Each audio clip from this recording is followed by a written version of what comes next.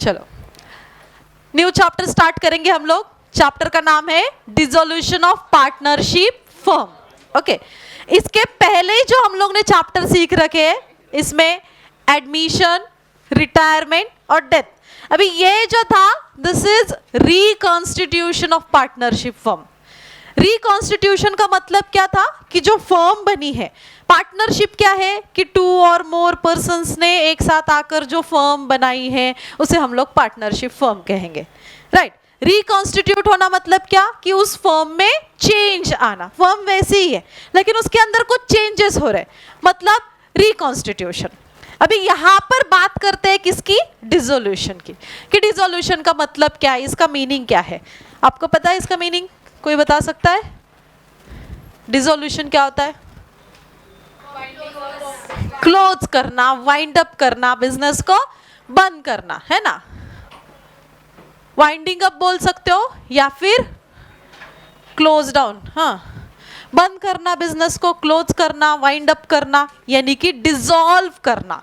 Dissolve करना यानी कि बिजनेस को बंद करना। देखो हम लोग ने बिजनेस को शुरू करना सीखा पार्टनरशिप में, फिर उसमें बिजनेस में आने वाले चेंजेस सीखे कि नया पार्टनर ऐड हुआ तब क्या होता है, एडमिशन, रिटायरमेंट, डेथ, ये सारी चीजें देखी। अभी बिजनेस अगर बंद हो रहा है ना, बिजनेस को अगर बंद करना है, डिसोल्यूशन होगा, तब क्या होने वाला है बिजनेस में। अभी जब बिजनेस, ऐसे इमेजिन करके चलो कि आपका ही बिजनेस है ना, कैसे इमेजिन करो बिजनेस आपका है और वो बिजनेस अभी आपको बंद करना है।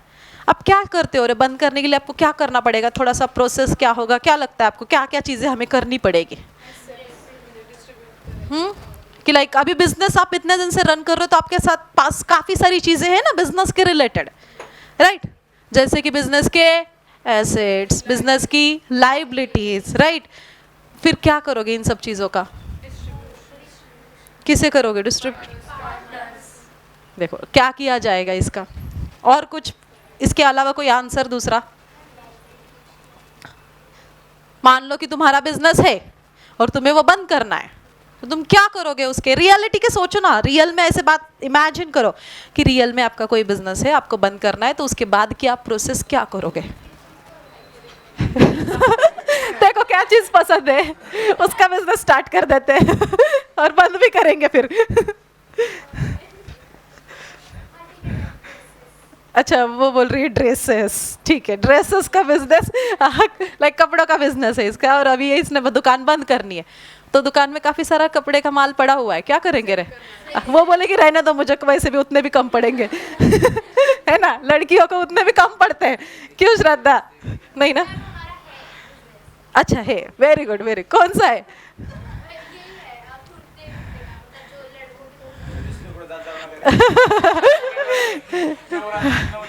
तो फिर अगर इन केस, हाँ ऐसे ना हो, लेकिन इन केस अगर डिसोल्यूशन करना है तो तुम क्या करोगे, प्रोसेस क्या करोगे रे?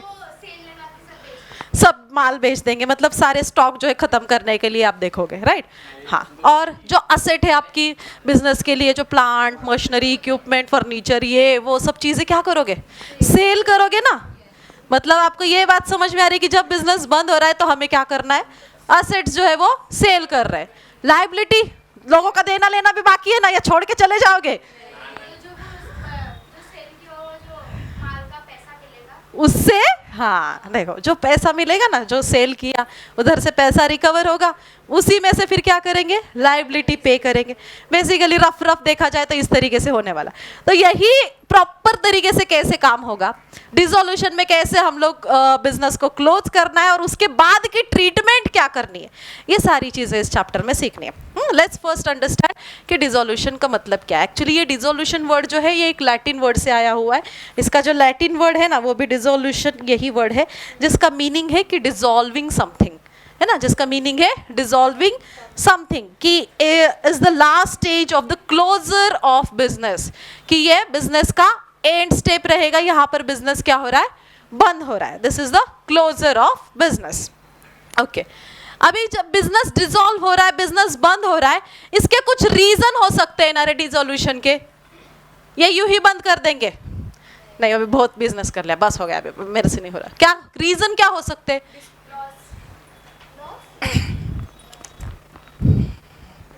क्या क्या लगता है, क्या रीजन हो सकते हैं, क्या प्रॉब्लम्स हो सकते हैं, या क्या क्या चीजें हो सकती है जिससे बिजनेस बंद हो रहा है? रीजन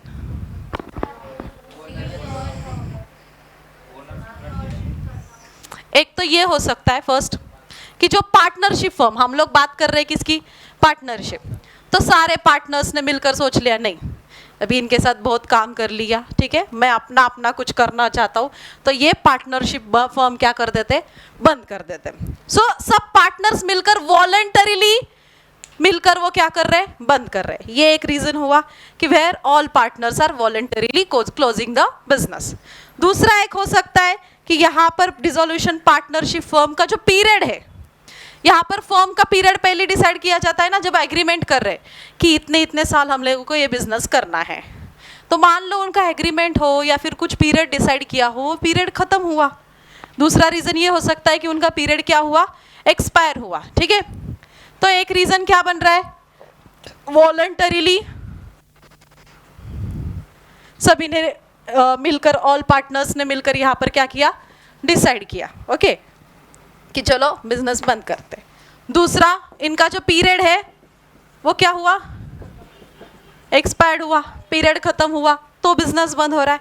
और ऐसा क्या रीजन हो सकता है, हाँ इनके बीच में डिस्प्यूट हुआ हो, है ना, जोरदार भांडणं झाली एकदम, है ना, आता करायचंच नाही आहे इथून पुढे बिझनेस, बस जो था वो सब अभी बंद कर दो, जो है बेच दो, लाइबिलिटी जो है पे कर दो, बस हो गया, बिजनेस नहीं करना है।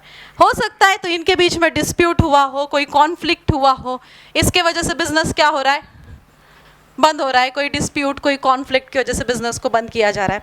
या फिर हाँ, कि एक स्पेसिफिक वेंचर, स्पेसिफिक पीरियड उनका जो है वो कंप्लीट होने के बाद, या फिर एक स्पेसिफिक पर्पस के लिए बिजनेस बनाया जाता है, एक स्पेसिफिक काम के लिए वो फर्म बनाई गई है, और वो काम जो था उनका वो कंप्लीट हो गया, एक स्पेसिफिक प्रोजेक्ट के लिए कंपनी बनाई गई है, और वो प्रोजेक्ट कंप्लीट हुआ तो वो फर्म बंद हो रही है। ऐसे भी हो सकता है, ये भी एक रीज़न है। ऑल्सो इसके साथ साथ insolvency of all partners. Insolvency, insolvent मतलब क्या, हाँ ऐसा पर्सन जिसकी लाइबिलिटीज क्या है, whose liabilities are more than asset, उसको हम लोग बोलेंगे इंसॉल्वेंट। कि वो पर्सन फाइनेंशियली साउंड नहीं है, उसके पास पैसे नहीं है देने के लिए, अभी बिजनेस रन करने के लिए उसके पास पैसे ही नहीं है, तो उसके लिए उसको क्या करना पड़ रहा है, बिजनेस को बंद करना पड़ रहा है ना।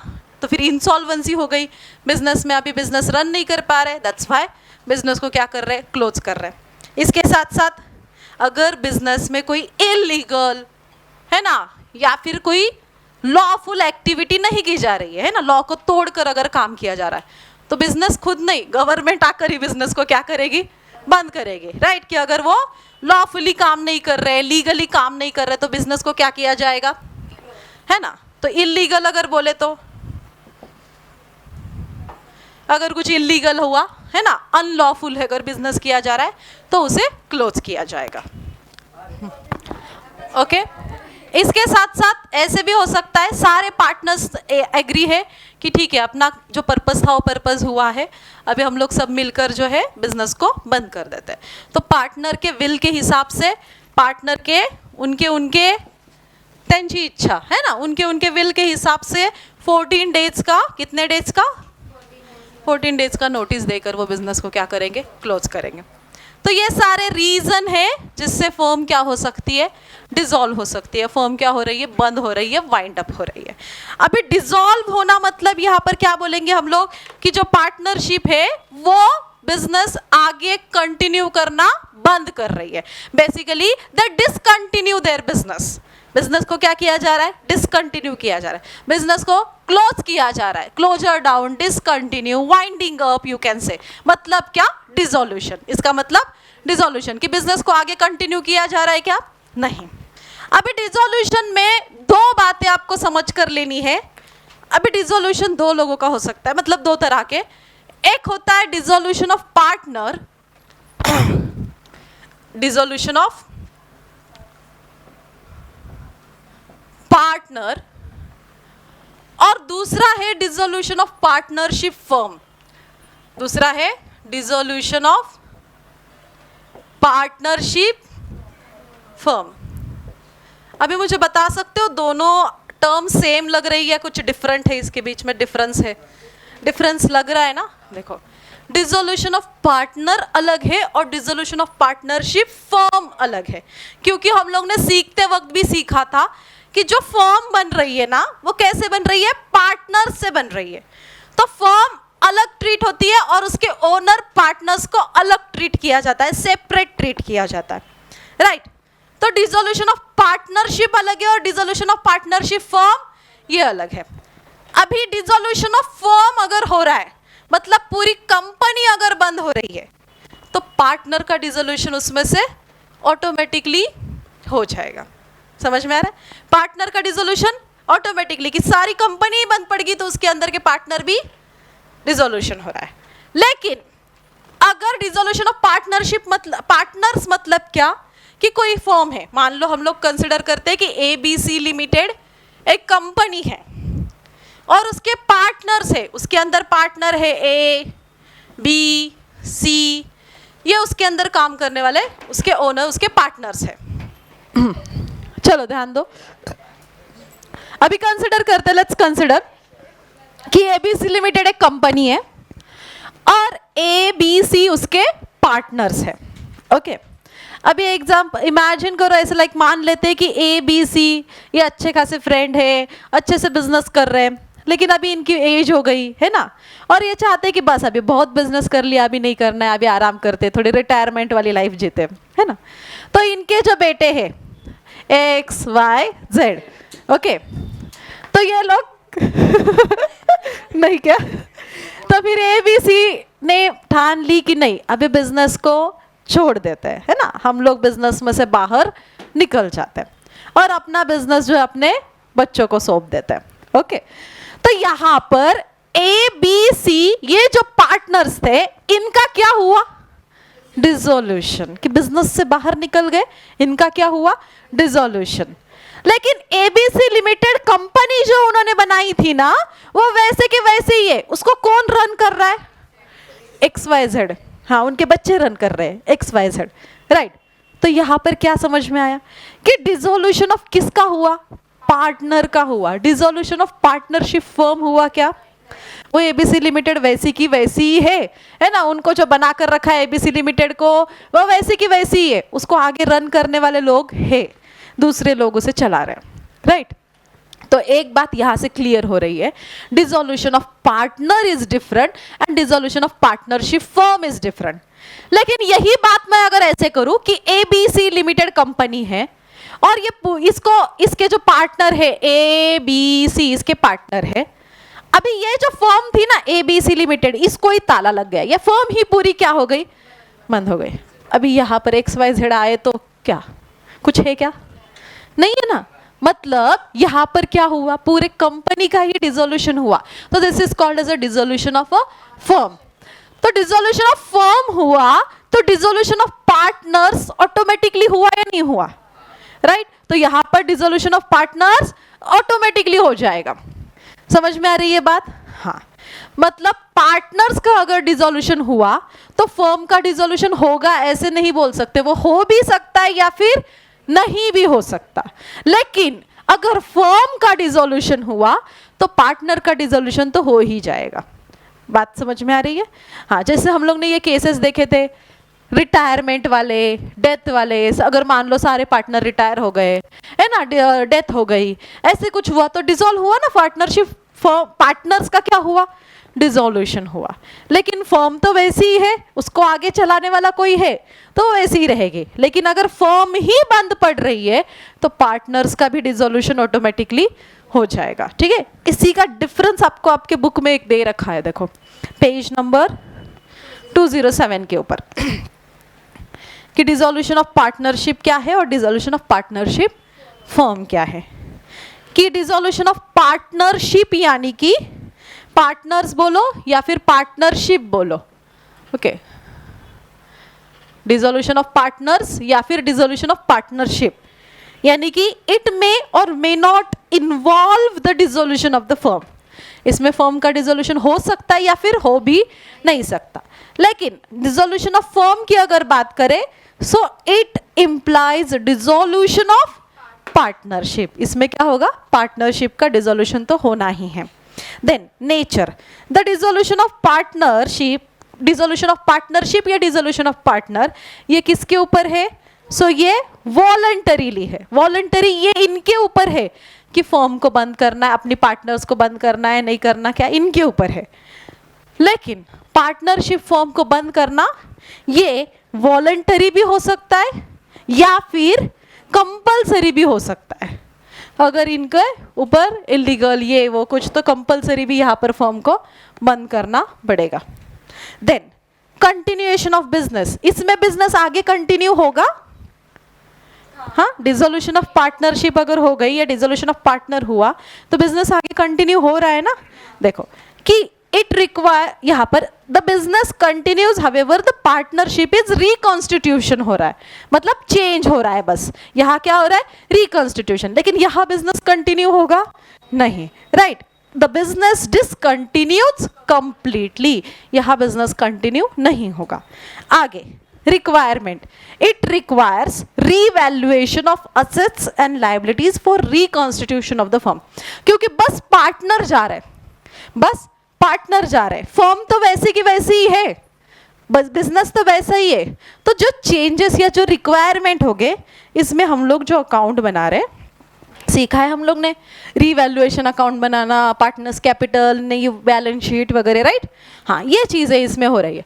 असेट्स लायबिलिटीज को क्या किया जाएगा, रीवैल्यूड किया जाएगा।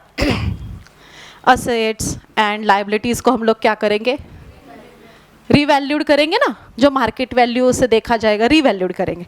लेकिन यहाँ पर पूरा बिजनेस ही बंद हो रहा है फर्म में, तो इधर क्या होगा, रीवैल्यूएशन अकाउंट बनेगा नहीं। यहाँ पर रीवैल्यूएशन अकाउंट के इंस्टेड ऑफ दैट यहाँ पर रियलाइजेशन अकाउंट बनेगा। कौन सा अकाउंट बनेगा, ध्यान दो, रियलाइजेशन मतलब रियलाइज्ड होना यानी कि सोल्ड होना, ये बात ध्यान में रखो। रियलाइज्ड होना यानी कि सोल्ड करना, बेच देना, चले जाना, ओके, रियलाइज्ड हो गए।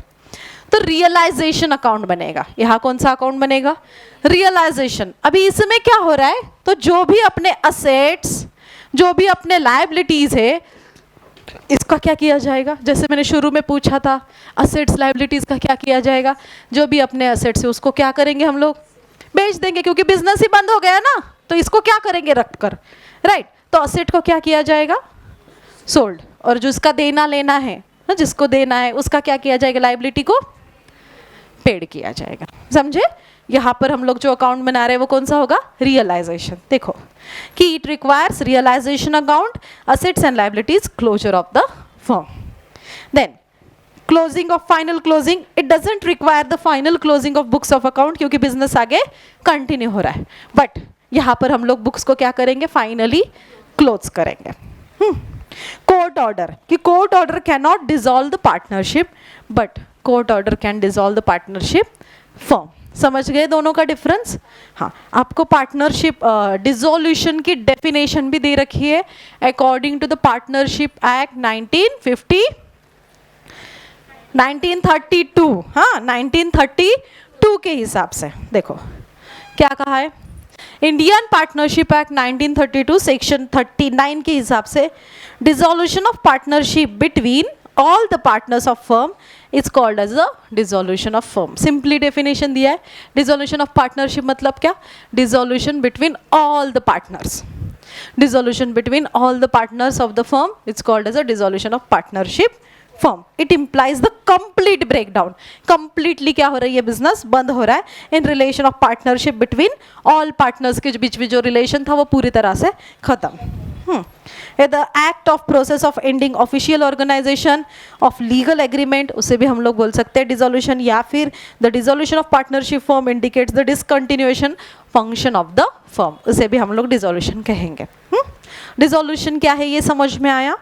हाँ, अभी डिसोल्यूशन के रीजन हम लोग ने देखे, डिसोल्यूशन ऑफ पार्टनर क्या होता है, या डिसोल्यूशन ऑफ पार्टनरशिप, और डिसोल्यूशन ऑफ पार्टनरशिप फर्म क्या होता है, ये समझ गए।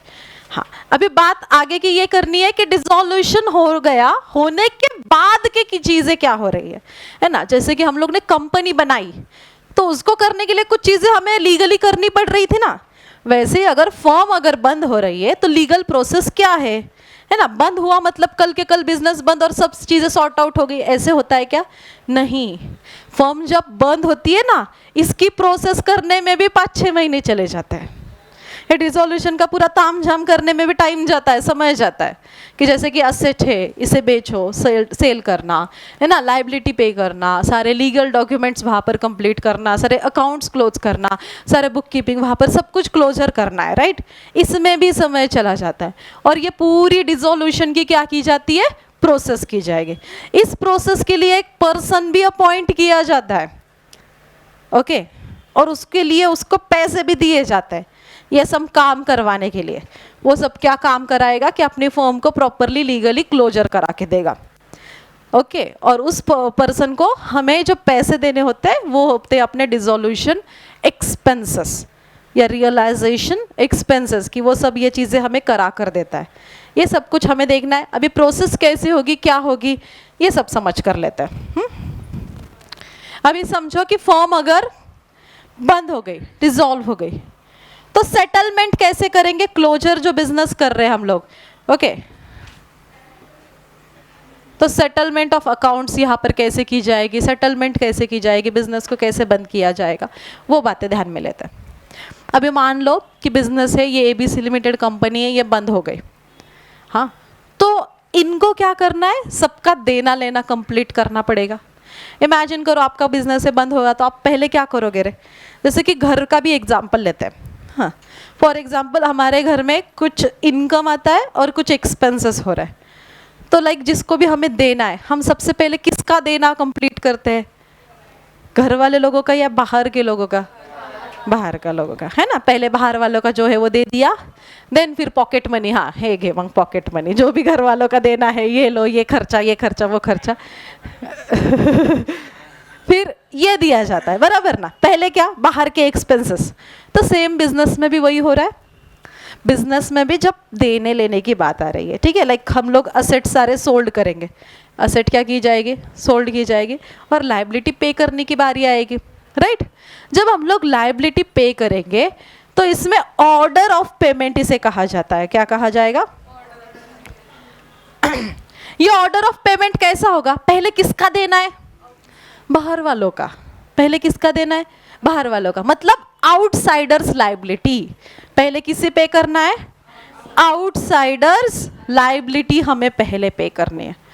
अभी आउटसाइडर लाइबिलिटी मतलब जैसे कि लाइक हम लोग ने दूसरे से पैसे लेकर रखे, बैंक से लोन ले रखा है, क्रेडिटर्स को पैसा देना है, बैंक का ओवरड्राफ्ट है वो देना है ना? या बोरो किया है हम लोग ने किसी से पैसा, उनको देना बाकी है। तो ऐसे आउटसाइडर लाइबिलिटी, बिल्स पेएबल हो गए अपने, इस तरह से लोन फ्रॉम अदर या आउटस्टैंडिंग एक्सपेंसेस, ये सब क्या माना जाएगा? Outsiders liability. तो फर्स्ट प्रायोरिटी आप किसी दोगे? आउटसाइडर्स लाइबिलिटी, ठीक है? आउटसाइडर लाइबिलिटी के पहले आपको क्या देने पड़ते? Dissolution expenses. क्या दोगे आप? अभी मैंने बोला ना डिसोल्यूशन एक्सपेंसेस क्या होते हैं, इसी को दूसरा नाम है रियलाइजेशन एक्सपेंसेस। जैसे मैंने कहा कि ये काम होने के लिए, ये प्रोसेस होने के लिए काफ़ी समय लग जाता है, हाँ, और इसके ऊपर खर्चा हो रहा है ना, लीगल डॉक्यूमेंट करो, ये करो, वो करो, ये वो असेट सेल करना, ये एक दिन का काम है क्या? नहीं। और इसको करने के लिए खर्चे हो रहे हैं, और इसका करने के लिए बंदा भी अपॉइंट किया जाता है, उसको भी देना पड़ रहा है। तो ये सब खर्चा यानी कि डिसोल्यूशन एक्सपेंस, वो पहले जाएगा, क्योंकि ये सब काम उसी से तो हो रहा है। वो हमारा गया पहले, फर्स्ट ऑर्डर क्या? डिसोल्यूशन एक्सपेंस, उसी का दूसरा नाम है रियलाइजेशन एक्सपेंस, वो पे किया। फिर जो पैसा बचेगा, ये कब की बात कर रही हूँ मैं? असेट बिसेट सब सोल्ड करने के बाद पैसा आया, इवन फर्म के पास भी कुछ पैसा है, कैपिटल है, ये है, वो है, राइट? वो सब मिलाकर उनका जो भी है, जब देने की बारी आएगी तो पहले रिजोल्यूशन एक्सपेंस या रियलाइजेशन एक्सपेंस पे करेंगे, उसके बाद किसे पे करना है? Outsiders liability. इसके बाद थर्ड सीक्वेंस किसका आएगा? बाहर वालों का देना हुआ तो फिर घर वालों का, मतलब बिजनेस के लोगों का, यानी कि पार्टनर्स का। उसके बाद किसे पे करेंगे? पार्टनर्स ने, मान ले पार्टनर ने लोन दिया है बिजनेस को, है ना, या पार्टनर के इससे कोई लोन मिला है, इनका कुछ देना लेना हो तो वो पे किया जाएगा, पार्टनर का लोन वगैरह एक्सेट्रा। ये हो गया। फिर इसके बाद सब कुछ देना लेना होने के बाद भी अगर फर्म के पास पैसा बच रहा है ना, अभी भी पैसा है, तो वो क्या करेंगे? पार्टनर को ही जा रहा है ना, वो पैसा किसका है? पार्टनर का ही है। तो फिर उसका क्या होगा? पार्टनर्स को डिस्ट्रीब्यूशन करेंगे वो। अगर प्रॉफिट हुआ तो, अगर प्रॉफिट हुआ तो पार्टनर्स को डिस्ट्रीब्यूट करेंगे। लेकिन अगर लॉस हुआ, मतलब इन्हीं को पैसे अगर कम पड़ रहे, तो क्या करेंगे? छोड़ देंगे, ऐसे भाग जाएंगे क्या पैसे छोड़ के? अभी मान लो ऐसे सिचुएशन है, आपने ये पे कर दिया, आउटसाइडर की लायबिलिटी पे कर दी, है ना। इसमें आउटसाइडर की लायबिलिटी में कुछ कुछ लायबिलिटीज है, क्रेडिटर है, बैंक लोन है, बैंक ओवरड्राफ्ट है, बिल्स पेएबल है, आउटस्टैंडिंग एक्सपेंसेस है। मान लो क्रेडिटर का थोड़ा देना दे दिया आपने, लेकिन थोड़े से अमाउंट देना बाकी है। अभी पैसे खत्म हो गए, सारे पैसे खत्म हो गए, अभी क्या करोगे? काय पळून जाणार? हाँ, अभी क्या हो गया है ना, और क्या करे, सब पैसा खत्म हो गया, अभी क्या करे? ऐसे हम लोग ने पार्टनरशिप सीखते वक्त एक फीचर सीखा था, देखो याद आ रहा है क्या? अनलिमिटेड लायबिलिटी वाला, याद आया कुछ? क्या था उसका मीनिंग? अनलिमिटेड लायबिलिटी का मीनिंग क्या था? जॉइंट अँड सेव्हरल काय होतं की जर स्वतः पार्टनरशिप फर्मकडे पैसे नसतील तर जो पार्टनर आहे तो स्वतःचे असेट्स, पर्सनल असेट्स, लायबिलिटीज देऊन ते लायबिलिटी फेडणार असं। यस, राइट, सही है। देखो कि अगर ऐसी कोई सिचुएशन आती है जब पे करना है, तो इनकी लायबिलिटी सबका पे कर दिया, खत्म। यहाँ पर ये बात नहीं है। पार्टनरशिप की लायबिलिटी कैसी है? अनलिमिटेड है। अभी इनको पैसा देना बाकी है, और लोगों को इनका पैसा देना बाकी है। तो ये क्या करेंगे? पार्टनर्स अपने पर्सनल असेट्स में से पैसा लेकर आ रहे हैं, पर्सनल प्रॉपर्टी में से पैसा लेकर आ रहे हैं, और फिर उन्हें देना पड़ेगा। ओके, एक को नहीं, सभी को, सारे पार्टनर्स को लेकर आना पड़ेगा अपने पर्सनल्स। वो कहा है ना, last rupee in their pocket, उनके पॉकेट में लास्ट रुपी तक से अगर है तब तक उनको वह पैसा देना पड़ता है। दैट्स व्हाई उसे कहा, क्या कहा गया है? Unlimited liability. तो सारे पार्टनर क्या करेंगे? जो भी उनसे पैसा निकल रहा है वो पैसा लेकर आएंगे और पे करेंगे। अभी आगे जाके ऐसी भी सिचुएशन आने वाली है। सिचुएशन आगे कैसे कैसे आने वाली है, देखो। ये तीन पार्टनर है, A B C. Okay, example के लिए लेते हैं कि कुछ XYZ अमाउंट पे करने, फॉर एग्जाम्पल 50,000 अमाउंट पे करनी है। तो इनका रेशो कुछ मान लेते हैं। तो ये अपना कुछ पैसा लेकर आ रहे हैं अपने अपने हिस्से का, इनके रेशो के हिसाब से उनका उनका हिस्सा बन रहा है, और उस हिस्से का पैसा उनको लेकर आना है, क्योंकि ये पैसे उनको देने हैं। अभी ए ने पैसे लेकर आ गया, बी लेकर आ गया, लेकिन ये रहा कंगाल, इसके पास पैसा ही नहीं है। तब इसके पास पैसा ही नहीं है पे करने के लिए, कहाँ से लाएगा? तब क्या होगा? तो इसका पैसा भी कौन देंगे? ए और बी देंगे। ये भी सिचुएशन होने वाली है। ऐसे क्वेश्चंस भी हमें सीखने हैं कि जहां पर when one partner becomes insolvent, एक पार्टनर क्या हो जाएगा? इंसॉल्वेंट। इसके पास देने के लिए कुछ नहीं है, इनसे मांगना पड़ेगा। ऐसी भी सिचुएशन देखनी है कि बस ए पैसा ला रहा है, इन दोनों के पास कुछ नहीं है, कि when two partners become insolvent. हाँ, वो भी है, वो भी है। ऐसी भी सिचुएशन आने वाली है कि किसी के पास पैसा नहीं है, कि when all partner becomes insolvent, तब क्या किया जाएगा? ठीक है, तब क्या करेंगे? ये सारे सिचुएशन, ये सभी करने हैं हमें, इसके ऊपर प्रॉब्लम आते हैं कि सिचुएशन है इस चैप्टर में अलग अलग। देखो, अकाउंटिंग प्रोसीजर में यहाँ पर डिसोल्यूशन दो तरह का होता है। एक होगा सिंपल डिसोल्यूशन। सिंपल डिसोल्यूशन में ज़्यादा कुछ नहीं है, जो डिसॉल्व हो रहा है, असेट्स लायबिलिटीज सब वहाँ पर असेट सोल्ड कर दिया, लायबिलिटी पे कर दी, खत्म, सिंपल डिसोल्यूशन। लेकिन dissolution under the insolvency situation के अंडर ये सिचुएशन आ सकती है कि एक पार्टनर इंसॉल्वेंट हुआ तो दो ने रिकवर किया, दो इंसॉल्वेंट हुए तो बचे हुए पार्टनर ने रिकवर किया, सारे इंसॉल्वेंट हुए, तब क्या किया जाएगा? ये सारी सिचुएशन हमें इस चैप्टर में सीखनी है। मतलब सिंपल डिसोल्यूशन और डिसोल्यूशन इंसॉल्वेंसी के 3 केसेस, ये सारे प्रोसेस वहाँ पर हमें करने हैं। हाँ, तो बेसिकली ये जो ऑर्डर ऑफ पेमेंट है ये हमारे लिए इम्पॉर्टेंट है। जब हम लोग प्रॉब्लम सॉल्व करेंगे तब आपको ये ध्यान में रखना है। आप जब ऑर्डर पेमेंट करोगे ना, जब आप पेमेंट करोगे पहले डिसोल्यूशन एक्सपेंस आपको देने हैं, फिर आप आउटसाइडर की लायबिलिटी पे करोगे, फिर पार्टनर का अगर लोन वगैरह कुछ होगा तो पे करेंगे, फिर बचा कुछ पैसा है तो वो प्रॉफिट हुआ तो सबको डिस्ट्रीब्यूट करेंगे, लॉस हुआ तो उनसे रिकवर करेंगे। समझ में आया? हाँ, ऑर्डर ऑफ पेमेंट क्या है। हाँ, अभी बात करते हैं कि इस वाले डिसोल्यूशन वाले क्वेश्चन में कौन से अकाउंट्स बनते हैं। ओके, लेट्स से अभी इसमें कौन से अकाउंट्स हम लोग ओपन करेंगे वो देखते हैं। अभी इसमें फर्स्ट बनता है रियलाइजेशन अकाउंट, रियलाइजेशन अकाउंट। दूसरा बनेगा पार्टनर्स कैपिटल अकाउंट।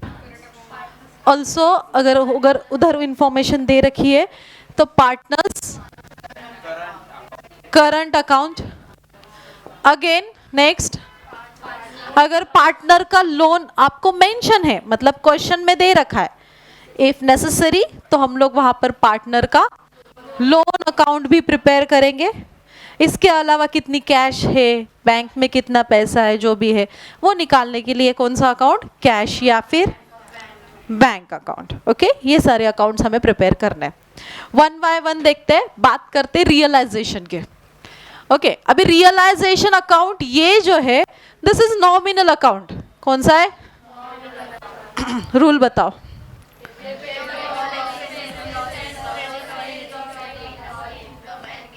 बराबर ना, नॉमिनल का रूल है debit all expenses and losses. हाँ, expenses and losses, credit all income and gains. Okay, ये रूल के हिसाब से चलना है। तो अभी रियलाइजेशन अकाउंट में एक्चुअली रियलाइजेशन अकाउंट है क्या और इसमें क्या क्या किया जाएगा। जैसे हम लोग ने अभी बात की कि डिसोल्यूशन में क्या हो रहा है, फर्म बंद होने के बाद वो सारे अपने असेट्स क्या कर रहे, बेच रहे, सेल कर रहे, असेट्स सारे सोल्ड कर दिए और सारे लाइबिलिटीज क्या कर रहे, पे कर रहे। ओके, और इन्हीं सब का ट्रीटमेंट शो करने के लिए हम लोग जो अकाउंट बना रहे दैट इज रियलाइजेशन अकाउंट, कि पर्टिकुलर्स रुपीज इस तरह से ये बनेगा। ओके, अभी जो भी अपने असेट्स है सबसे पहले तो क्या किया जाएगा, जितने भी अपने असेट्स है और जितने भी अपने लायबिलिटीज है ना वो सारे यहाँ पर ट्रांसफर किए जाएंगे। फर्स्ट स्टेप, ये बात ध्यान में लो, आपको प्रॉब्लम सॉल्व करते वक्त हमें यही सब कुछ करना है। तो अभी जो हम लोग कर रहे हैं दिस इज इंपॉर्टेंट, जब हम लोग सॉल्यूशन करेंगे तो यही ट्रीटमेंट, यही प्रोसेस आपको करनी है। फर्स्ट ट्रीटमेंट कि आपको जितने भी असेट्स, क्वेश्चन दिया जाता है, क्वेश्चन में हमारी बैलेंस शीट दे रखी है, राइट, इसका मतलब अपने पास कौन से असेट्स है और कौन से लाइबिलिटीज है ये बैलेंस शीट में हमें दे रखा है।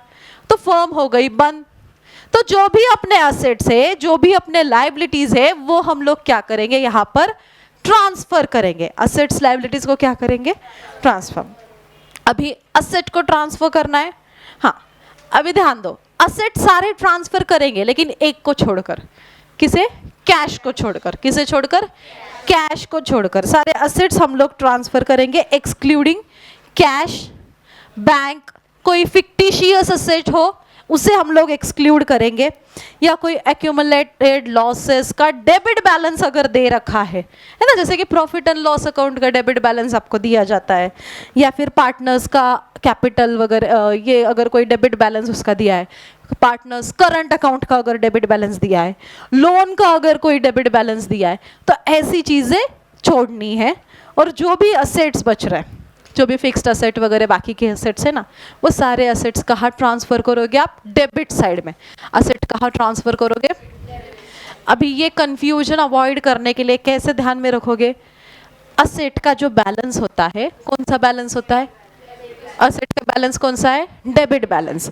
तो असेट को जाकर कहाँ ट्रांसफर करोगे, असेट को जाकर कहाँ ट्रांसफर करोगे, डेबिट में। वहाँ हम लोग लिखेंगे to sundry assets account, to sundry assets account. फिर जो भी असेट्स है, building, land, plant and machinery है ना, डेटर्स, ये वो जो भी असेट्स बन रहे हैं, सारे असेट्स हम लोग यहाँ पर क्या करेंगे, रिकॉर्ड कर देंगे, गुडविल वगैरह भी। ओके, सारे एसेट्स किसको छोड़कर, किसे छोड़कर, excluding cash, fictitious asset, accumulated जो प्रॉफिट लॉसेस में दे रखा है डेबिट बैलेंस वो, या फिर अगर करंट अकाउंट का बैलेंस दे रखा है, कैपिटल का अगर डेबिट बैलेंस दे रखा है, लोन का अगर बैलेंस दे रखा है, एसेट में अगर ये सारी चीजें हैं वो रिकॉर्ड होगी क्या यहाँ पर, नहीं।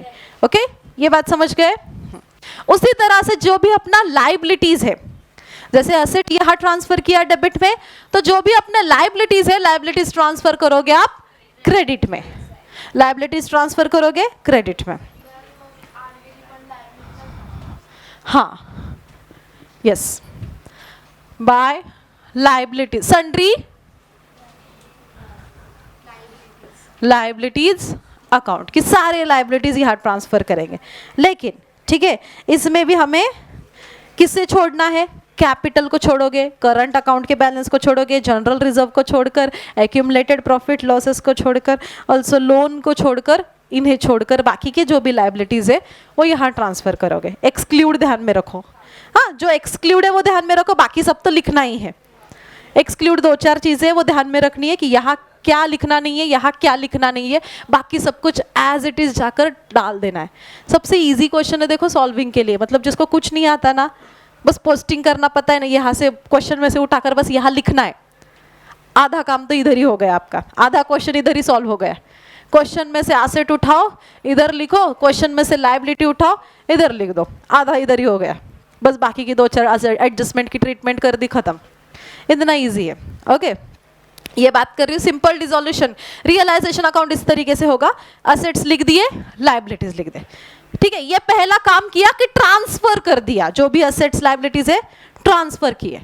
उसके बाद की स्टेप, बंद हो गया है ना बिजनेस, तो असेट को क्या करेंगे, सेल करेंगे ना। जो भी अपने असेट है एक एक एक एक करके, ऐसा है कि एक दिन में सारे असेट बिक गए, नहीं ऐसे नहीं होता, राइट। थोड़ा थोड़ा करके सेल कर रहे हैं ना, तो फिर कुछ क्या होता है कि कुछ कैश में गया, कुछ इसने ले लिया, कुछ इसने ले लिया, है ना, पार्टनर ने लिया, ऐसे भी तो होता है। कुछ एक पार्टनर ने ले लिया, कुछ असेट दूसरे पार्टनर ने लिया, ऐसे भी तो होता है। तो असेट हम लोग क्या करेंगे, सोल्ड करेंगे, उसे रियलाइज्ड करना भी बोल सकते हो आप। असेट को क्या करेंगे, रियलाइज्ड करना या फिर सोल्ड करना। अभी ध्यान दो, रियलाइजेशन अकाउंट कौन सा अकाउंट है, नॉमिनल अकाउंट है। रूल क्या बोल रहा है, अभी जब असेट आप सेल कर रहे हो, आपके पास क्या आया, पैसा आया, तो आपका ये एक्सपेंस हुआ या इनकम गेन हुआ, इनकम हुआ, पैसा आया, इनकम हुआ। तो जब आप असेट लिख रहे हो तो डेबिट में लिखी सारे एसेट्स। चलो ध्यान दो, ये एसेट्स ट्रांसफर का बता रहे थे ना, हाँ। सो फर्स्ट स्टेप इज कि असेट सारे ट्रांसफर कर दिए और लायबिलिटीज ट्रांसफर कर दे। देन सेकंड, आप क्या करोगे, असेट सेल करेंगे। असेट सेल करने के बाद पैसे आ रहे हैं, राइट। असेट सेल करने के बाद पैसे आ रहे हैं ना, वो कैश में आ सकते हैं या फिर बैंक में अकाउंट में आ सकते हैं। तो असेट सेल करने के बाद पैसे आना इज इनकम, तो डेबिट या क्रेडिट, क्रेडिट ना। तो जब असेट लिखोगे, ट्रांसफर करोगे, तब डेबिट में लिखना है। लेकिन जब इसे हम लोग सोल्ड करेंगे, इसे जब हम लोग सोल्ड कर रहे हैं तो कहाँ लिखना है, क्रेडिट में, लाइक बाय कैश, या फिर अगर बैंक में आया तो बैंक अकाउंट। कि जो भी असेट रियलाइज्ड हो रही है यानी कि सेल हो रही है ना, उसका नाम लिखोगे, है ना। बाय कैश और बैंक ब्रैकेट में लिख दिया, जो भी असेट हो रही है उसकी अमाउंट लिख दी।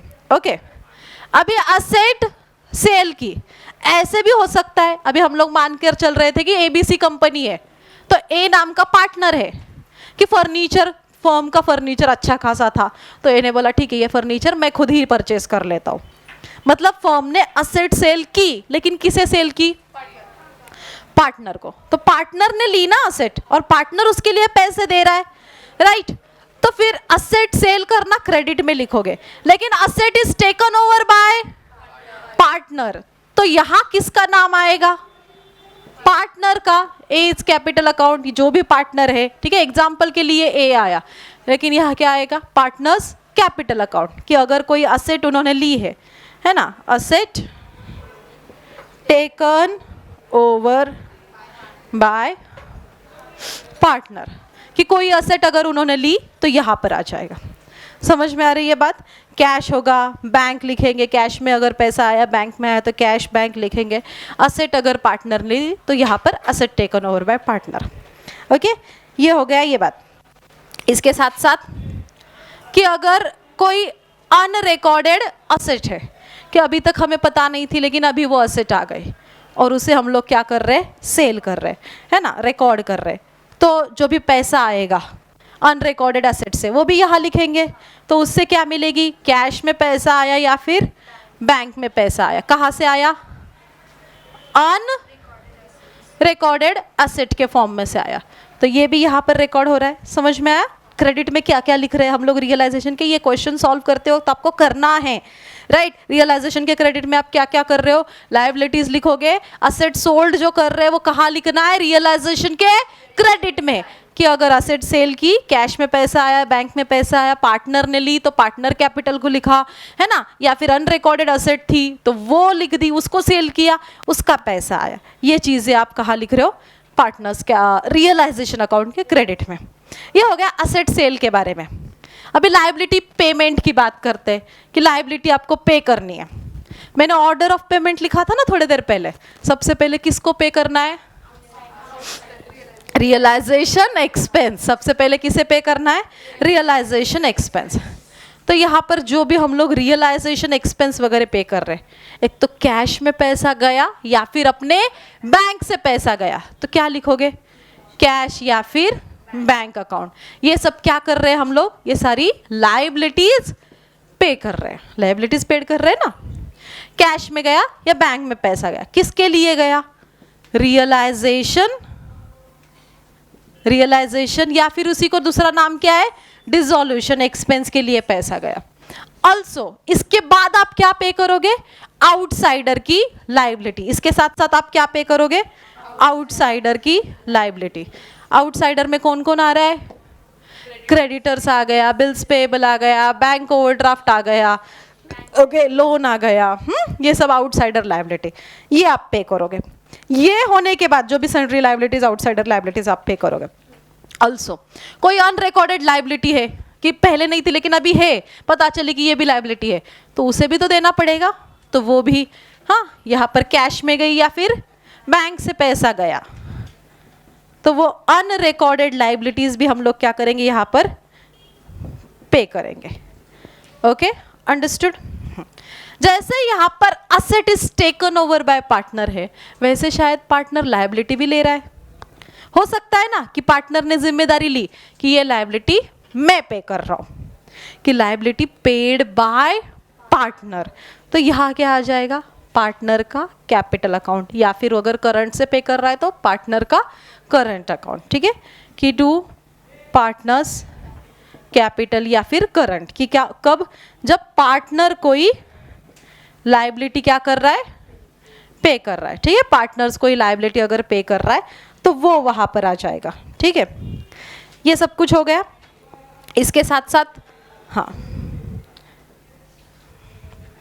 ये अकाउंट रियलाइजेशन अकाउंट जो है, इसे हम लोग एंड में क्या करोगे, आप क्लोज करोगे। ठीक है, पार्टनर्स कैपिटल जो भी असेट्स वगैरह सर रिकॉर्ड करने के बाद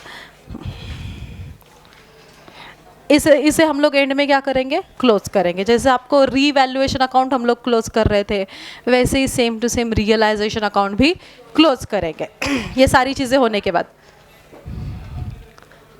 अभी देखो, क्लोज करने के बाद आपको क्या चीज़ें समझ में आ रही, ये पैसा आया और ये पैसा गया। ठीक है, ये पैसा आ रहा है अपने पास और ये पैसा गया, तो ये जो क्लोजिंग हम लोग करेंगे वहां से एक तो प्रॉफिट होगा या फिर लॉस हुआ, राइट। तो प्रॉफिट हुआ तो किसे, पार्टनर्स में डिस्ट्रीब्यूट करना, लॉस हुआ तो वो भी पार्टनर्स को ही जा रहा है, पार्टनर को वहां से पैसा रिकवर करना पड़ेगा। ठीक है, तो प्रॉफिट हुआ तो कहाँ जा रहा है, कौन से साइड में आ रहा है, credit. When your credit side is more than debit, तब हमें क्या होगा, प्रॉफिट होगा। तो यहाँ वो प्रॉफिट कहाँ जाएगा, पार्टनर्स कैपिटल या फिर करंट अकाउंट को। ठीक है, और उनको उनका प्रॉफिट उनको डिस्ट्रीब्यूट कर देंगे उनके रेशियो में जाकर, क्रेडिट में। लेकिन अगर वही लॉस हुआ तो यहाँ पर क्या आएगा, वही उनके डेबिट अकाउंट में, यहाँ क्रेडिट में गया पार्टनर्स के, तो यहाँ पार्टनर्स के कहा जाएगा डेबिट में, और रियलाइजेशन के क्रेडिट में। कि कब होगा ये, जब आपकी डेबिट साइड ज़्यादा है, जब आपको डेबिट बैलेंस मिलेगा, है ना।